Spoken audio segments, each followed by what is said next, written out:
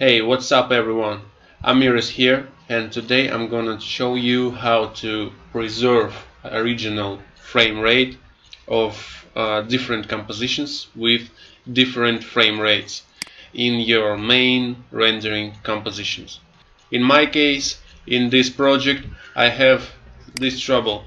I had original video with 25 frames per second and my motion graphics, which was made in 12 FPS.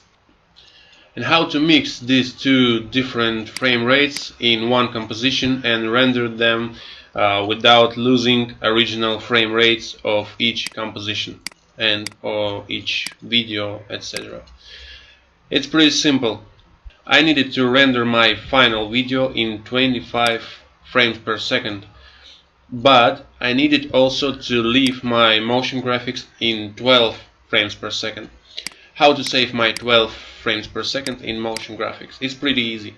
Just open each compositions with your motion graphics. Open it up.